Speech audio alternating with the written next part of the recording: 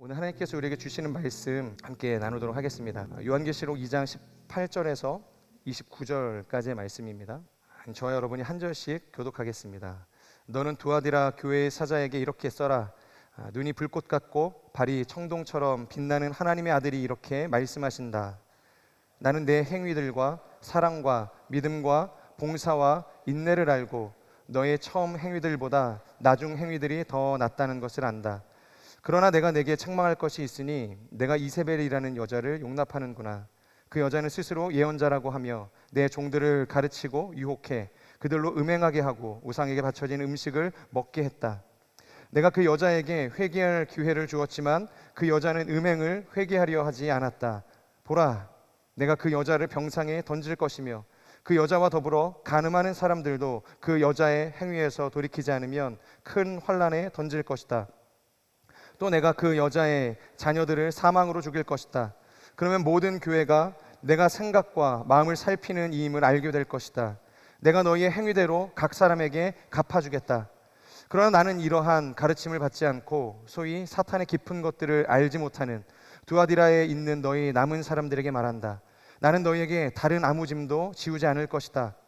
다만 너희는 너희가 가지고 있는 것을 내가 갈 때까지 굳게 붙잡으라. 이기는 사람과 내 일을 끝까지 지키는 사람에게는 내가 나라들을 다스릴 권세를 줄 것이다. 그분이 질그릇들을 부수는 것 같이 쇠 지팡이로 그들을 다스릴 것이니 그와 같이 나도 아버지에게서 그러한 권세를 받았다. 내가 또한 그에게 샛별을 줄 것이다.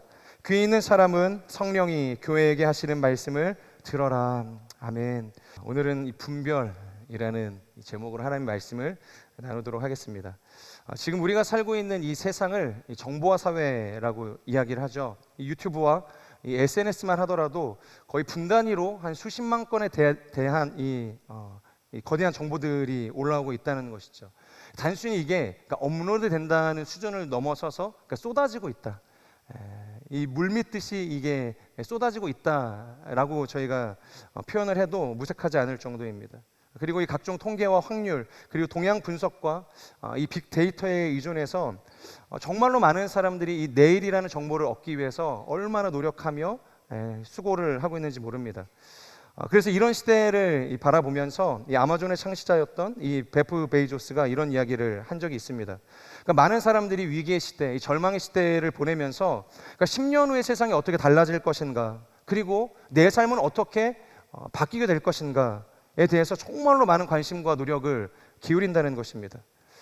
그러면서 그가 거기에서 말을 끝내는 것이 아니라 이어서 더 중요한 이야기를 하게 되는데, 그것이 무엇이냐면 그러나 정작 10년 후에도 결코 변하지 않을 것은 무엇인가에 대해서는 사람들이 관심이 없다는 겁니다. 무엇이 변할 것인가, 무엇이 우리를 이롭게 할 것인가, 더 위대한 과학의 발전은 어떻게 이루어지게 될 것인가, 이런 달라질 것들에 대해서는 사람들이 갈망하고 삶을 들이지만 무엇이 그 10년 뒤에도 결코 변하지 않고 우리의 삶을 지탱할 것인가에 대해서는 관심이 없다는 것이죠.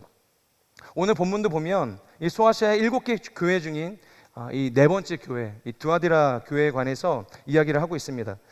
이 교회도 문제가 많은 교회였죠. 주님의 칭찬도 있는 교회였는데요. 문제가 무엇이었냐면 앞서 제가 이야기했던 것처럼 그들이 결국 이 썩어 없어질 것들을 위해서 결코 변하지 않을 것들을 타협하며 놓치며 살아가고 있었다는 것입니다. 우리 19절의 말씀을 같이 한번 읽어보도록 하겠습니다. 시작. 나는 내 행위들과 사랑과 믿음과 봉사와 내 인내를 알고 나중 행위들이 더 낫다는 것을 안다. 자, 19절을 보면 지금 주님께서 먼저 칭찬을 하고 있습니다. 그 내용이 뭐냐면 예를 들어서 우리가 에베소 교회를 생각할 때만 하더라도 이 에베소 교회에 주님이 주시는 책망이 무엇이었죠? 처음 사랑을 잃어버렸다는 것입니다. 다시 말해서 처음에는 사랑이 있었다는 겁니다. 사랑이 있었지만 시간이 지날수록 교회 규모가 이렇게 넓어지고 성장하면 할수록 그들이 가지고 있었던 그 처음의 사랑이 희미해져가고 식어져가는 것들이 이 에베소 교회의 문제점이었다는 것이죠. 그래서 이 첫사랑을 회복하지 않으면 내가 촛대를 옮길 것이다. 주님께서 이렇게 이야기를 하신 거죠. 그런데 반대로 이 두아디라 교회는 처음에는 오히려 미약했다. 연약했다라는 표현이 있습니다. 하지만 시간이 지날수록 그들이 가지고 있었던 사랑의 순도도 높아져 갔고 충성심도 깊어져 갔고 많은 봉사와 사역들을 행할 수 있는 교회가 되었다는 것입니다. 여러분, 이런 교회가 이 땅에 얼마나 될까요?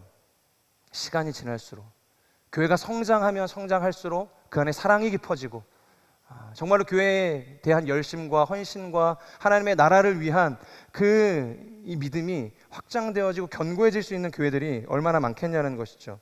보통은 이 에베소 교회와 같이 시간이 지날수록 우리의 신앙의 연수가 깊어질수록 교회의 이 성장과 사이즈가 커질수록 뜨거웠던 열정도 사랑도 식어지기 마련인데 두아디라 교회는 정반대로 더 성장하고 처음보다 더 나아지고 있다는 것입니다.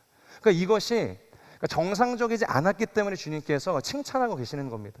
이게 당연한 것이라고 했다면, 교회에 있고 우리의 신앙의 연수가 깊어질수록 사랑이 깊어지는 것이 당연한 것이었으면 주님께서 칭찬하지는 않으셨겠죠.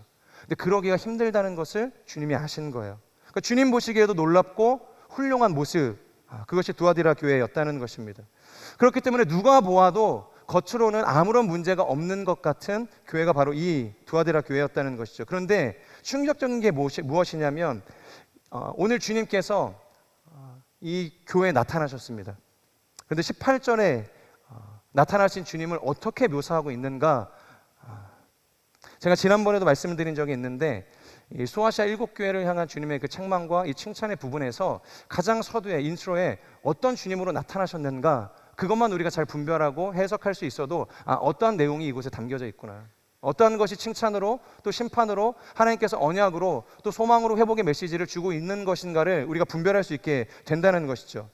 그렇다면 두아디라 교회에 나타난 이 주님의 모습은 무엇이냐는 것이죠. 우리 18절의 말씀을 같이 한번 읽도록 하겠습니다. 18절 시작. 너는 두아디라 교회의 사자에게 이렇게 써라. 하나님의 아들이 이렇게 말씀하신다. 자, 18절에 나타나는 지금 예수님의 형상이 어떤 모습이었다 이렇게 이야기하고 있습니까? 먼저는 그분의 눈이 불꽃 같다. 불꽃 같은 눈동자, 눈을 가지고 있다고 이야기합니다. 이것은 주님께서 모든 것을 꿰뚫고 계신다는 겁니다. 불꽃 같은 눈으로 사람의 이 마음 가운데, 이 숨은 내면 가운데 이면에 숨겨져 있는 모든 죄악을 통찰하고 계시는 하나님의 능력을 이야기하고 있는 것이죠. 그리고 이어서 무엇을 이야기하냐면 이 죄인을 통찰하시는 그 주님의 발을 묘사하고 있는데 뭐라고 하고 있습니까? 청동같이 빛나고 있다. 청동같이 빛나고 있다는 것입니다. 이것은 빛난다는 것은 불로 재련이 되었다는 것인데 그러니까 강력한 청동이라는 것이죠. 쉽게 부셔지지 않고 강력한 청동을 이야기하는 것입니다. 그렇다면 그분의 발이 청동 같은 이유가 무엇일까? 그분의 눈이 불꽃 같고 그분의 발은 빛나는 청동과 같다 이야기를 하는 것인데 이것은 두아디라 교회에 숨겨진 죄를 주님께서 알고 계신다는 겁니다. 그것을 모르지 않으신다는 거예요. 다 꿰뚫고 계신다는 거예요. 그리고 그것을 꿰뚫고 나서 끝나는 것이 아니라 주님께서는 어떤 분이세요? 심판해 주라는 겁니다. 그것을 그냥 보고서 그냥 넘기시는 분이 아니라는 거예요. 이 청동 같은 그 단단한 발로 그들을 심판하시겠다라는 이야기하는 것입니다. 여러분, 바로 이 지점이 우리에게 있어서 충격으로 다가와야 한다는 것이죠. 그러니까 겉으로 볼 때는 누가 봐도 이 두아디라 교회는 훌륭한 교회였다는 것입니다. 그래서 이 교회를 향해서 많은 사람들이 생각할 때 주님이 나타나셨을 때 칭찬받는 교회라고 생각을 했을 거라는 거예요. 그러니까 이 교회를 칭찬하시는 하나님으로, 주님으로 사람들이 주님이 오실 그날을 기대했을 거라는 겁니다. 그런데 이렇게 좋아 보이는 교회, 많은 이 사역의 열매들, 교회의 성장을 이루었던 이 교회, 그런데 그 교회에 나타나셨던 주님의 모습은 심판하는 주님이셨다는 것이죠. 이유가 무엇이었을까? 이처럼 사랑과 믿음과 봉사가 탁월해서 주님조차 그것을 칭찬하고 넘어갈 수밖에 없었던 교회에 왜 주님은 심판의 주로 찾아오신 것일까? 우리 20절, 21절의 말씀을 함께 읽도록 하겠습니다. 시작. 그러나 내가 내게 책망할 것이 있으니 내가 이세벨이라는 여자를 용납하는구나. 그 여자는 스스로 예언자라고 하며 내 종들을 가르치고 유혹해 그들로 음행하게 하고 우상에게 바쳐진 음식을 먹게 했다. 내가 그 여자에게 회개할 기회를 주었지만 그 여자는 음행을 회개하려 하지 않았다. 자, 20절을 보면 이세벨이라는 여인이 소개가 되고 있죠. 그런데 그 이세벨이라는 여인을 수식하고 있는 표현이 무엇입니까? 자칭 선지자 이세벨. 여러분, 우리가 계시록을 보면 알 수 있듯이 이 자칭이라는 표현이 붙어서 주님으로부터 좋은 평가를 받은 적이 없습니다. 예를 들어서 우리가 앞전에 살펴보았던 이 서머나 교회의 성도들을 가장 핍박했던 곳이 어떤 곳이었죠? 사탄의 회당이었다고 이야기를 하는데, 그 사탄의 회당 안에 있었던 사람들을 지칭하기를 뭐라고 이야기했냐면 자칭 유대인들이라고 이야기한 거예요. 그러니까 하나님의 말씀을 받고 모세의 전통과 율법을 따라서 교회 안에서 열심히 예배하는 사람들을 향해서 주님이 그들은 자칭 유대인이다. 그러니까 사탄의 회당에 앉아서 그것을 예배라고 이야기하는 사람들이라고 이야기했다는 거예요. 그래서 제가 에스겔 이 8장의 말씀을 인용을 하면서 하나님의 영이 이 에스겔을 성전 가운데로 데려갔을 때 성전에 25명의 사람들이 있었는데 그 사람들이 어떻게 하고 있었어요?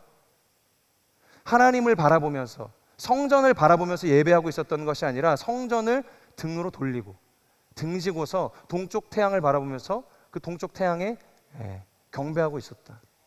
그것이 성전 안에서 이루어지는 일들이라고 이야기했다는 것입니다.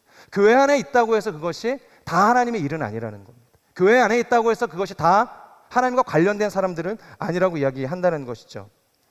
그렇기 때문에 이 자칭이라는 것은 쉽게 말해서 하나님의 인정 없이도 얼마든지 자신의 옳고 그름을 따라서 선지자 노릇을 할 수 있는 겁니다. 교회에서 예배할 수 있다는 거, 열심히 기도할 수 있다는 겁니다. 사역하고 봉사하고 헌신할 수 있는 사람들을 의미한다는 것이에요.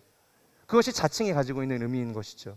그런데 놀라운 것은 그녀는 분명 거짓 선지자였고 주님이 말씀하시길 그는 자칭 선지자였다라고 이야기했음에도 불구하고 이 두아디라 교회에서 가장 강력한 영향력을 가지고 있었던 사람이었다는 거예요. 그러니까 모든 사람들이 그 선지자의 말에 반응했고 마음을 빼앗겼다는 것입니다. 그래서 지금 우리는 이 여자가 어떻게 교회에 영향력을 갖게 되었고 도대체 왜 그것이 주님 보시기에 죄가 되는지, 그것이 왜 하나님의 심판을 피해갈 수 없는지, 그리고 우리가 어떻게 돌이켜야 할지에 대해서 이 말씀을 통해서 깨달아야 하는 것이죠. 우리 20절의 말씀을 다시 한번 읽어보도록 하겠습니다. 20절 시작. 그러나 내가 내게 책망할 것이 있으니 이 여자는 스스로 예언자라고 하며 내 종들을 가르치고 유혹해 그들로 음행하게 하고 우상에게 바쳐진 음식을 먹게 했다. 자, 20절을 보면 지금 그녀가 주님의 종들을 유혹해서 뭘 하겠다고 이야기하고 있죠? 음행하게 했고 우상에게 바쳐진 음식을 먹게 했다. 그러니까 이 구절만 보면은 정확하게 이게 어떤 이야기를 하고 있는지 우리가 알 수 없습니다. 그래서 당시의 이 시대적인 정황들을 우리가 살펴보는 것이 중요한데요. 이 과거의 두아디라 지역 자체가 굉장히 작고 그러니까 평지였기 때문에 그러니까 높은 이 성벽을 쌓고 싶었지만 그렇게 쌓을 수가 없는 구조였다는 것입니다. 그래서 높이 쌓지 못했던 성벽 때문에 그리고 이 지형적인 이 열악함 때문에 정말로 수많은 이 외세 침략이 있었고 그런 침략이 있을 때마다 속수무책으로 당할 수밖에 없었다는 겁니다. 그러다 보니까 이 전쟁에서 패배한 나라의 리더가 계속해서 바뀌는 일들이 일어나게 된 거예요. 그러니까 어떤 리더가 세워져도 이 외세의 침략을 막는 것이 쉽지가 않았다는 것입니다. 그러니까 리더십이 계속해서 이 왕조가 계속해서 바뀌는 일들이 있었던 거예요. 그러니까 이 두아디라 사람들이 이 나라의 정치와 이 국방력에 이 진절머리가 난 겁니다. 소위 말해서 그러니까 신뢰가 되지 않는 거예요. 그러니까 한 명의 리더만을 믿고서 자신들의 운명을 맡길 수가 없었다는 거예요. 그래서 어느 날부터 이 지역의 사람들이 의기투합을 해서 자신들의 이익을 지키고 자신들의 삶의 이 바운더리를 지킬 수 있는 길들을 창설하게 되었는데 그러니까 엄청나게 크고 강력한 이 연합체를 만들어내게 됩니다. 근데 문제는 이 상인 연합이라는 것이 단순히 그들이 먹고 사는 문제에 관해서 무언가를 유통하고 매입하고 수출하고 수입하는 이런 것들을 위해서 만들어진 연합을 넘어서서 그들이 안전에 대한 집착이 너무 강했기 때문에 애초에 이 상인연합이 만들어진 이유도 그들의 안전을 위해서 만들었기 때문에 그들이 하나의 안전장치를 더 세우게 되었다는 거예요. 그게 뭐였냐면 그러니까 자신들을 지켜줄 신을 선택하게 되었다는 겁니다. 그래서 그들을 상인연합 모두가 함께 섬길 이 태양신 이 튀림노스를 섬기게 되었는데요. 그러니까 당시에 우리가 우상을 섬긴다는 것, 당시에 이 강력한 어떤 신을 섬긴다는 것이 지금 우리가 예배하는 것처럼 고상하게 4시 시간에 정규 시간에 맞춰서 와서 앉아서 열심히 찬양하고 말씀 듣고 기도하고 그냥 돌아가는 이런 모임이 아니었다는 것입니다. 일단 제사 의식이라는 것 자체에 굉장히 큰 문제가 있었죠. 그러니까 이것은 도저히 하나님께서 용납할 수 없는 이 수준의 것들이었다는 것입니다. 예를 들어서 제사가 시작이 되고 나면 그러니까 거기에 참석한 사람들이 일단 이 환각제와 같은 것들, 그러니까 무언가를 그러니까 이지를 상실할 수 있게끔 하는 그런 마취제를 사람들이 이제 먹었다는 것이에요. 그리고 신전의 사람들이 이 빠른 템포의 이 음악에 맞춰서 격렬한 춤을 추게 되었다는 것입니다. 그리고 그렇게 한동안 이 춤 사위가 끝나게 되면은 허기가 지겠죠. 1시간 동안 저희가 찬양만 하더라도 허기가 지지 않습니까? 그러니까 격렬한 이 춤 사위를 통해서 그들이 허기가 지게 되면 그때 이 제사상에 올라와 있는 이 고기를 먹기 시작했다는 거예요. 근데 먹을 때 그냥 먹는 것이 아니라 그들이 마치 우리가 신앙 고백하면서 식전 기도를 하는 것처럼 모든 것은 이 태양신이 베풀어준 은혜입니다. 이것을 고백하고서 그 우상에게 바쳐진 이 제사 음식을 먹었다는 것입니다. 그리고 마지막 가장 큰 정점을 찍는 것이 무엇이었냐면 약을 먹고 정신은 혼미해져 있고 배는 불러서 이 만족감이 생기고 나면 그 다음부터는 남자와 여자들이 그곳에 모여있는 사람들이 한데 뒤엉켜서 음행을 저지르는 일들이 일어나게 되었다는 것이죠. 그러니까 한참을 그렇게 본능적인 이 쾌락을 이루다 보면은 이 제사 의식이 종료가 되었다는 것이에요. 여러분, 이것을 우리가 일반적인 상식으로 예배라고 이야기할 수 있겠습니까? 그러니까 경건한 경배 의식이라고 이야기할 수 있겠습니까? 하나님 보시기에 용납되어질 수 없는 것들, 그러니까 윤리가 있고 도덕심을 가지고 있는 사람들이라면 그러니까 참여할 수 없는 이 문란한 일들이 이 성전에서 제사 의식이라는 이름으로 자행되고 있었다는 것입니다. 그런데 여기에서 문제가 무엇이었냐면, 그러니까 세상 사람들이라고 한다면, 그러니까 하나님을 모르는 사람들이라고 한다면 100번 양보해서 그럴 수 있다고 저희가 생각을 할 수 있다는 거죠. 그런데 문제는 그 자리에 기독교인들도 함께 있었다는 겁니다. 그러니까 예수 그리스도를 나의 구주로 고백하는 사람들, 이 두아디라 교회 성도들도 그 자리에서 함께 이 제사 의식에 참여하고 있었다는 것이에요. 그렇다고 한다면 여러분 그곳에 앉아서 그냥 그들이 하는 것을 방관하고 있었겠습니까? 나는 아무것도 하지 않겠다고, 마치 고고한 학처럼 이 까마귀들이 있는 곳에서 자신의 이 우아함을 그냥 뽐내고 있었겠습니까? 그럴 리가 없다는 것이죠. 그들도 수많은 사람들과 뒤엉켜서 함께 죄를 짓는 것입니다. 마약을 먹고 우상에게 바쳐진 재물을 먹고 마시고, 그리고 남녀가 서로 뒤엉켜서 음행을 행하는 일들을 예수를 믿는 사람들이 그곳에서 행할 수밖에 없었다는 거예요.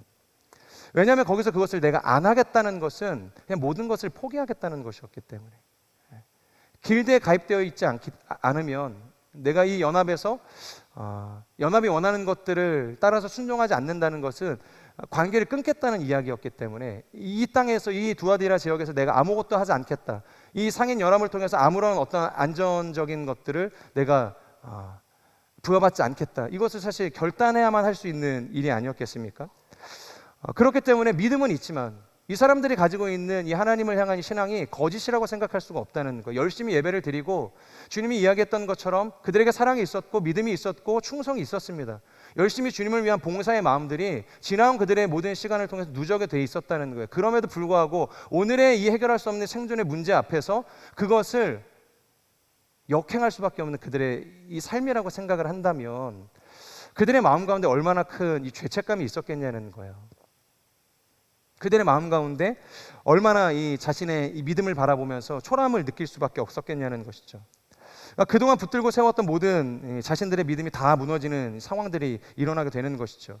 그러니까 베드로서 2장을 보면은 이 아브라함의 조카 롯에 대한 이야기가 소개가 되고 있거든요. 우리가 잘 아는 것처럼 창세기를 보면 아브라함이 먼저 롯에게 동서남북을 바라보면서 원하는 땅을 가져가라고 이야기할 때 롯은 고려하지 않고 가장 자신의 눈에 보기에 좋아 보이는 땅, 이 소돔과 고모라를 선택해서 갔습니다. 근데 결국에는 하나님의 심판을 받아서 그 땅이 멸망하는 일들이 일어나게 됐죠. 그런데 그곳에 롯과 롯의 가정만 겨우 건짐을 받게 되어지는 일이 있었어요.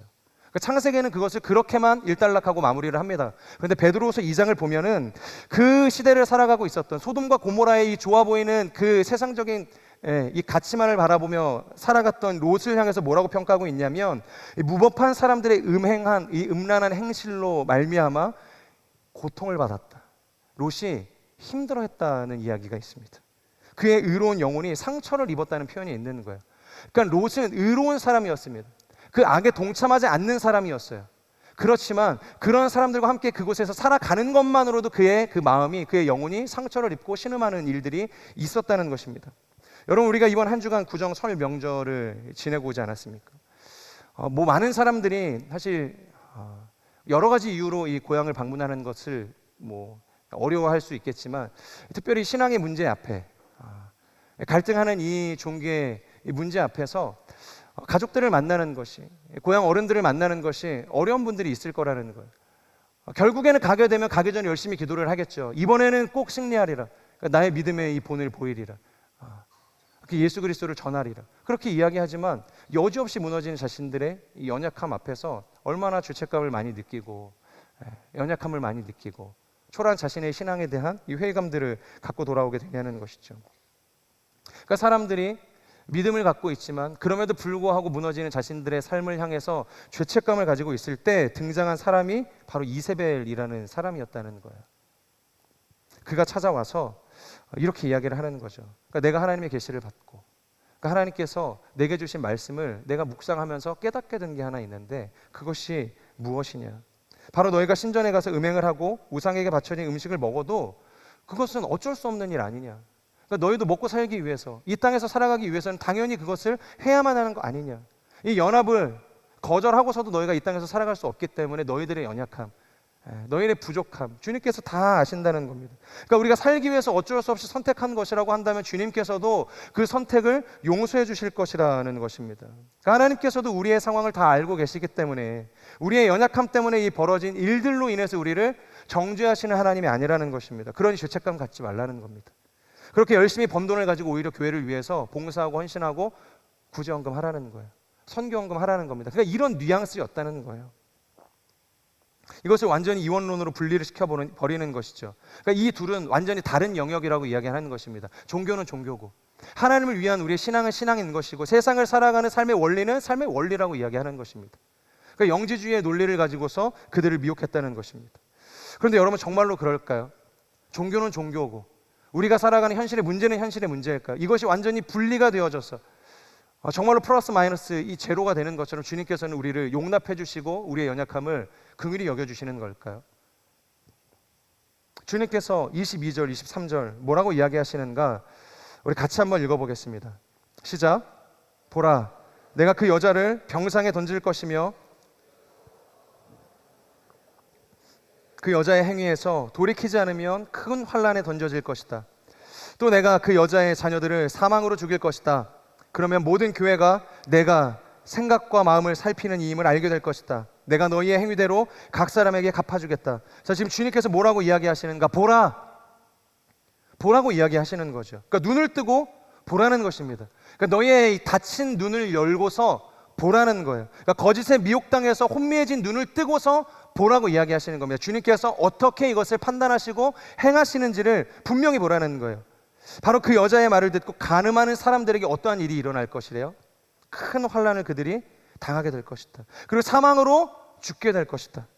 너희가 행한 대로 심판하시는 이가 여기에 있음을 너희가 알게 되는 그날이 올 것이다. 회개하지 않는 사람은 그 침상에서 던져지게 될 것이다. 주님께서 이렇게 이야기하신다는 거예요. 그런데 그때 억울하다 외치는 사람들도 있었을 거라는 생각이 듭니다. 주님, 우리의 상황을 모르세요? 아시지 않습니까? 그러니까 우리가 얼마나 힘들게 살았는지, 이 두아디라 땅에서 믿음을 지키며 살아간다는 것이 얼마나 힘든 일인지 주님 아시잖아요. 소위 우리가 헬조선을 이야기하고 M4 세대를 이야기하면서 이 기성세대와 우리 사이에 이런 큰 간극이 있기 때문에 우리가 어렵게 살아가는 것들에 대한 이 아쉬움들, 그래서 세대 간의 이 갈등들이 일어나는 것들 다르지 않다는 것입니다. 마치 우리가 이 빅팀 신드롬이라고 이야기하는 것처럼 모든 것이 나의 지난날의 상처, 나에게 상처 주었던 부모 때문에, 누군가 때문에 나의 지금 이러한 이 상황들이 용납받아야 됨을 이야기하는 것과 다르지 않다는 것입니다. 그런데 주님께서 이어서 뭐라고 이야기하시냐면 24절, 그러나 나는 이런 가르침을 받지 않고 소위 사탄의 깊은 것들을 알지 못하는 이 두아디라에 있는 너희 남은 사람들에게 말한다. 나는 너희에게 다른 아무 짐도 지우지 않을 것이다. 그러니까 주님께서 이야기하시는 거예요. 그러니까 힘들다 이야기하는 사람, 자신들의 어려운 이 환경과 이 고단한 이 이 환경을 주님 앞에 이야기하는 사람, 그래서 우리가 이렇게 무너질 수밖에 없지 않습니까? 우리를 이해해 주셔야 되는 거 아닙니까? 용납해 주셔야 되는 거 아닙니까? 그렇게 이야기하는 사람들에게 주님이 뭐라고 이야기하시냐면, 그럼에도 불구하고 너희가 말하는 그 끔찍한 배교의 현장 속에서도 죽지 않고 살아있는 믿음이 있다. 주님께서 그것을 보고 계신다는 겁니다.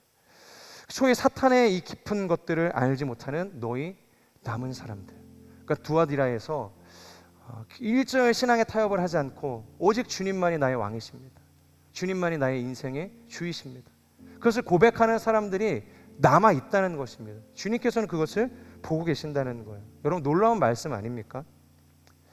지금 주님께서는 그곳에 누가 살았고 죽어있는 믿음인지를 꿰뚫고 계신다는 거예요. 통찰하고 계신다는 것입니다. 한치의 오차 없이 그것을 보고 계시는 하나님이라고 이야기하시는 거예요. 그러니까 아무도 모를 것이라고 생각하는 그 순간에도, 그러니까 모두가 헛된 죽음이라고 여겨지는 그 순교의 현장 속에서도 주님은 알고 계신다는 거예요. 주님은 그것을 다 보고 계신다는 것입니다. 아까 우리가 두아디라에 나타난 주님의 그 형상을 뭐라고 표현을 했습니까? 18절, 그분의 눈은 불꽃 같다. 그분의 눈은 불꽃 같다. 이것은 죄악을 분별해내시는 하나님의 눈을 상징하는 것이기도 하지만, 이것은 어떤 순간에도 하나님을 향해서라면, 하나님의 사람을 향해서라면 포기하지 않으시고 놓치지 않으시고 추격해 관찰하셔서 끝까지 바라보시는 보호자의 눈을 이야기하는 겁니다. 아버지의 눈을 이야기한다는 거예요. 그 주님께서 내가 지금 보고 있다고 이야기를 하신다는 겁니다. 여러분, 순교자 이 스데반을 우리가 한번 기억해 보시겠어요? 우리는 보통 그가 하나님을 보았다, 그래서 그 죽음의 그 마지막 순간, 돌을 들고 사람들이 자신을 죽이려고 하는 그 순간 속에서도 그들을 위해서 기도했고 안식 가운데 그 죽음을 맞이했다. 우리는 보통 그렇게 설교를 하게 되고 그것을 적용하게 되지 않습니까? 그런데 사도행전 7장 56절을 보면 이렇게 쓰여져 있습니다. 보십시오. 하늘이 열리고 인자가 하나님 오른편에 서 계신 것이 보입니다. 우리 같이 한번 읽어볼까요? 사도행전 7장 56절 시작.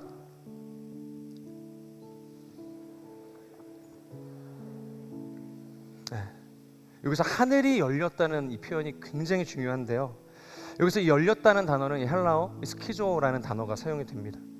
그러니까 이것은 어떠한 물체나 형상을 매우 급하게 찢어버릴 때, 완전히 부셔버릴 때 사용이 되어지는 단어라는 거예요. 다시 말해서 이 사도행전 7장 56절을 보면 그 의미를 적용해서 보면 어떤 것이겠어요? 지금 하나님께서 굉장히 급한 마음을 가지시고 하늘을 찢어버리고 계신다는 거예요. 뭉개뜨려 버리고 계신다는 겁니다. 그 하늘의 균열을 내고 계신다는 거예요. 하늘을 찢으셨다는 겁니다. 왜? 무엇이 하나님을 그렇게 다급하게 만든 것일까? 무엇이 하나님으로 하여금 그 하늘을 찢을 수밖에 없는 그 다급함을 제공하게 만든 것인가? 그것이 바로 이 스데반 때문이라는 거예요. 그러니까 이 스데반의 죽음을 보시기 위해서, 바로 이 스데반이 쓸쓸한 죽음을 맞이하지 않게 하기 위해서 주님께서 하늘을 찢고 계시는 겁니다.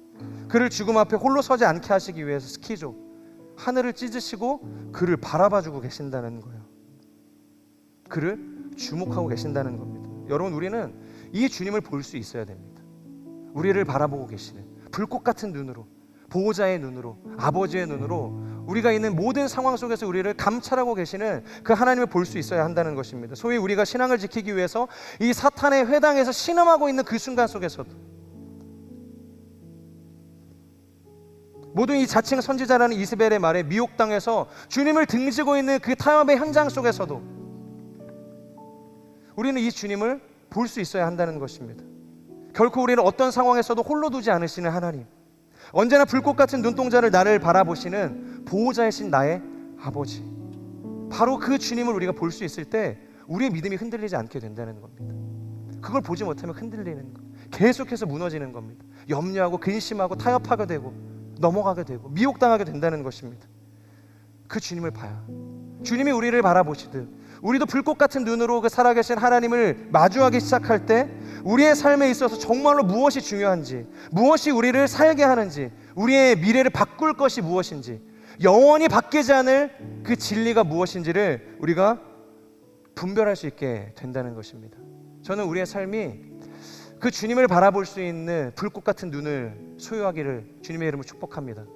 주님이 우리를 바라보시듯 우리도 주님을 바라보며 흔들리지 않고 타협하지 않고 분별되어져 있는 우리의 이 마음을 가지고 주님 다시 오실 그날까지 주님이 주신 것을 포기하지 않고 끝까지 붙들고 주님의 나라에 들어갈 수 있는 인생이 되기를 주님의 이름으로 축복합니다.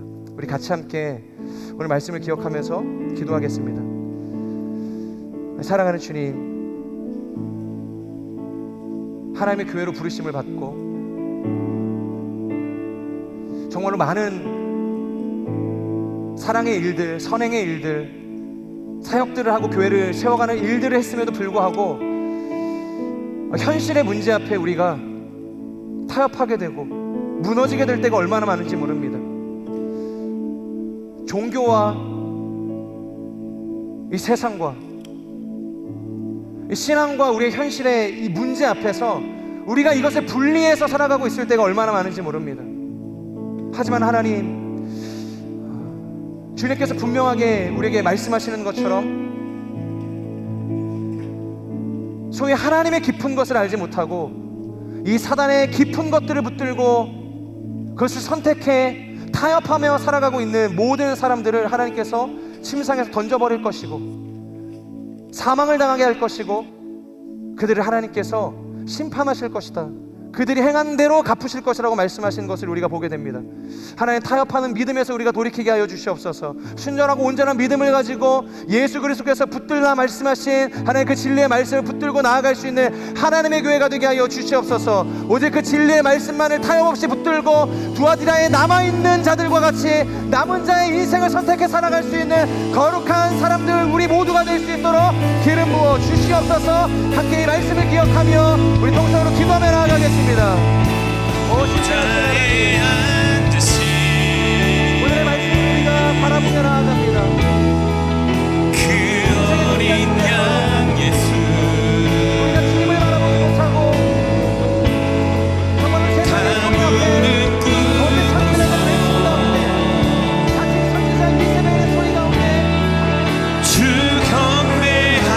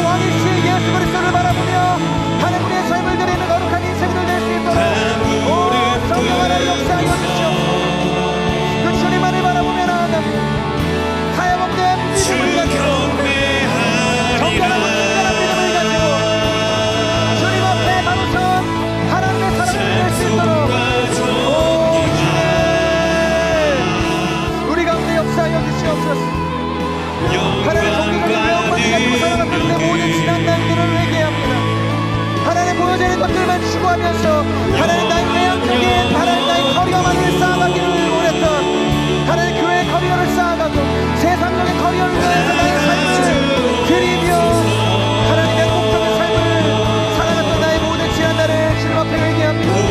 하나님 우리에게 하시고 하나님 나의 신앙의 내면을 하나님 닦을 수 있는 하나님의 사람들이 되게 하여 주시옵소서. 나의 신앙의 하나님 모습에 정결하고 순결한 하나님 믿음으로 세워지는 인생을 위하여서 나의 삶을 드릴 수 있도록 오 성령 하나님 역사하여 주시옵소서.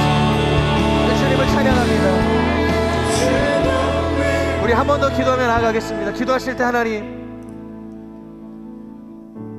정말로 우리가 세상적인 것들, 외향적인 것들, 겉에 보이는 것들을 세우기 위해서 충실했던 모든 지난 날들을 우리가 돌이키게 하여 주시옵소서. 사랑도 중요하고 행함도 중요하고 하나님 나라를 위해서 헌신하고 봉사하고 선교하는 것도 중요하지만 하나님 그것보다 더 중요한 것이 있다면 결코 물러서지 않고 타협하지 않는 이 두아디라의 남은 자들과 같이 정말로 하나님의 깊은 것을 위해서 이 사단의 이 깊은 것들을 포기할 수 있는 믿음이 우리 가운데 있어야 할 것입니다.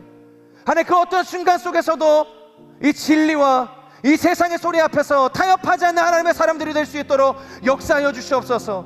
세상은 우리의 믿음을 향하여서 초라하다 말하고 별볼일 없는 믿음으로 우리의 신앙을 평가할 때가 있지만, 하나님께서는 불꽃 같은 눈동자로 우리의 삶을 평가하고 계시고, 살아있는 우리의 이 믿음을 하나님의 그 진리의 저울 가운데 달아보고 계시는 줄로 우리가 믿습니다. 그 하나님 바라볼 수 있는 믿음의 눈을 우리 가운데 허락하여 주시옵소서. 하나님이 우리를 바라보듯이 나도 그 하나님 바라보며 이 믿음의 경주 가운데 승리할 수 있는 하나님의 사람들이 될 수 있도록, 믿음의 공동체가 될 수 있도록 기름 부어 주시옵소서. 다시 한번 이 믿음의 고백 주 앞에 올려드리며 우리 주여 선포하며 기도하며 나아갑시다. 주여,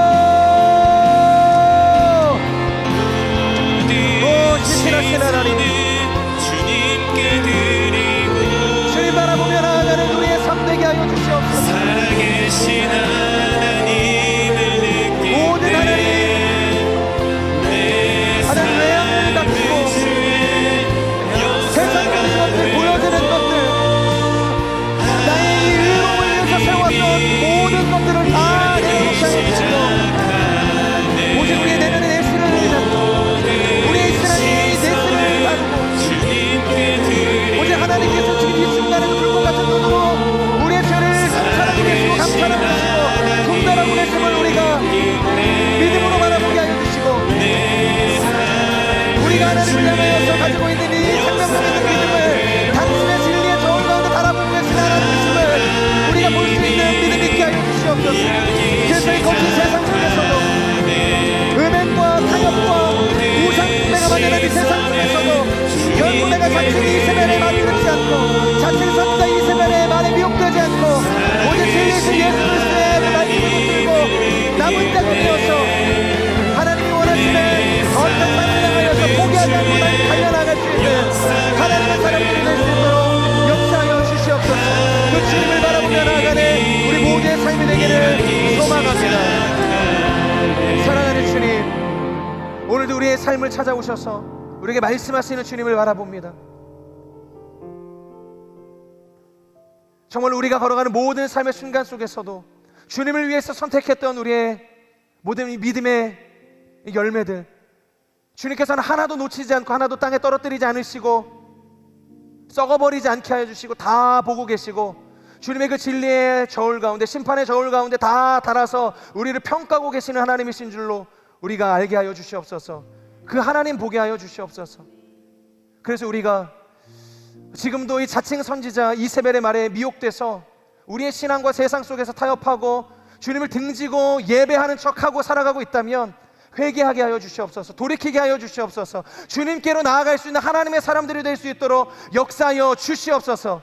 세상을 두려워하지 않게 하여 주시고, 세상의 기득권이 끊겨지는 것들에 우리의 마음이 높아지고 낮아지지 않게 하여 주시고, 오직 하나님께서 우리를 주목하고 계시고 불꽃 같은 눈동자로 우리를 감찰하고 계시는 하나님이심을 우리가 바라보며 하나님 안에서 참 위안과 참 소망을 누리는 하나님의 사람들이 될 수 있도록 기름 부어 주시옵소서. 죽음의 그 문턱 가운데에서도 모든 사람들이 자신의 삶을 향하여서 죽이기 위하여서 달려들고 있는 그 순간 속에서도 열린 하늘 문을 바라보며 자신을 주목하고 계시고 자신의 죽음 앞에서 함께하고 계시는 그 주님으로 인하여서 세상을 용서하고 자신을 죽이고자 했던 모든 원수들을 용납하고 평안한 가운데, 안식 가운데 그의 삶을 드릴 수 있었던 스데반과 같이 우리의 삶도 세상 속에 주눅들지 않게 하여 주시고, 세상 가운데 두려워 벌벌 떠는 인생 되지 않게 하여 주시고, 우리를 오늘도 바라보시는 그 주님 바라보며 승리하는 인생, 믿음의 담대함을 가지고 두아디라의 남은 자들과 같이 평생의 이 선한 싸움 승리하며 살아가는 복된 인생들 될 수 있도록 기름 부어 주시옵소서. 그렇게 함께 하실 주님을 찬양합니다. 감사합니다. 예수님의 이름으로 기도합니다. 아멘. 우리 기도를 받으신 주님 앞에 우리 감사와 큰 영광의 박수 올려드리겠습니다. 아멘.